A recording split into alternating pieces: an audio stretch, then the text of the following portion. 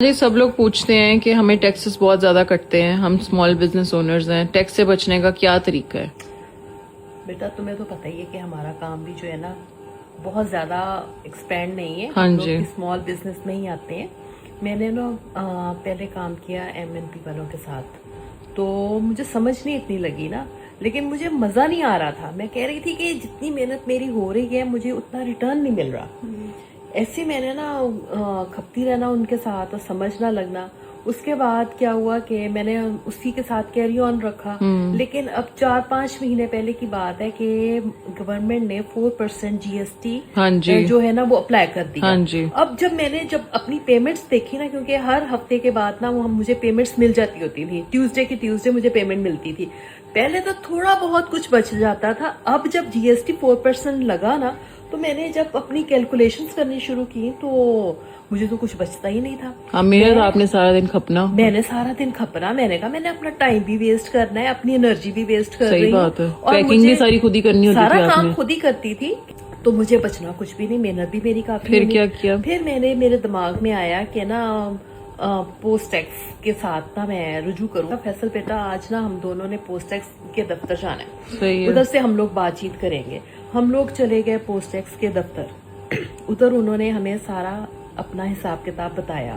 انہوں نے کہا کہ اگر تو آپ اکاؤنٹ بناتی ہیں نا اور کیش آن ڈیلیوری کرتی ہیں تو 2% جو ہے نا وہ پوسٹ ٹیکس والے اپنے منی ہولڈنگ ٹیکس وہ رکھتے تھے. اچھا. اس کے بعد انہوں نے کہا کہ وہ 2% تو ہم لوگوں نے آپ کے ہر اماؤنٹ میں سے رکھنی ہے. اس کے بعد 4% جو ہے وہ گورنمنٹ نے آپ کا ٹیکس لینا ہے کیش آن ڈیلیوری میں سے.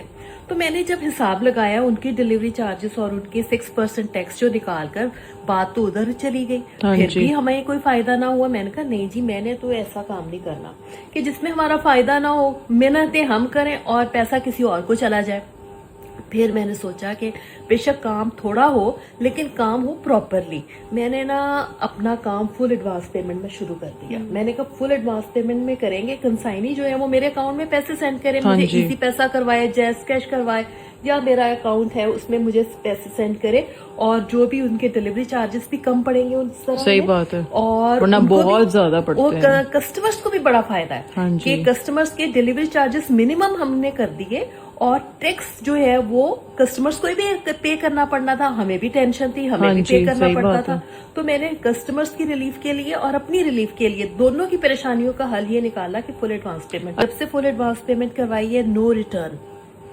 ورنہ یہ ہوتا ہے کہ پارسلز کئی بچے جو ہوتے ہیں وہ منگوا لیتے ہیں اور وہ پھر کہہ دیتے ہیں لیم ایکسکیوزز کہ ہم لوگ گھر پر نہیں تھے اور ہم لوگ کہیں باہر گئے ہوئے تھے، ہم لوگوں نے لینا نہیں ہے، کوئی لیتا نہیں تھا. صحیح بات ہے، اب پیسے نہیں ہے، بہت مسئلے ہو جاتے ہیں. ریٹرن بڑے ہو جاتے تھے. ریٹرن جب ہوتے ہیں نا تو اس میں بھی ہمارا بڑا ہم نے بھی اس طرح کیا ہوا. جو 60,000 سے اوپر کا پارسل ہوتا ہے نا ہمارا، تو ہم کہتے ہیں 20,000 جمع کروا دو پھر بھجوائیں گے. بس یہی چھوٹے چھوٹے ٹپس ہیں. جب آپ اس میں انوالو ہوتے ہو نا تو تب آپ کو سمجھ لگتی ہے. انشاءاللہ تعالی ایک دفعہ آپ انوالو ہو جاؤ گے تو پھر خود ہی سارے مسئلے سالو ہو جاتے ہیں. اوکے جی، پھر بس یہی بات تھی. اوکے جی، اللہ حافظ. جی اللہ حافظ.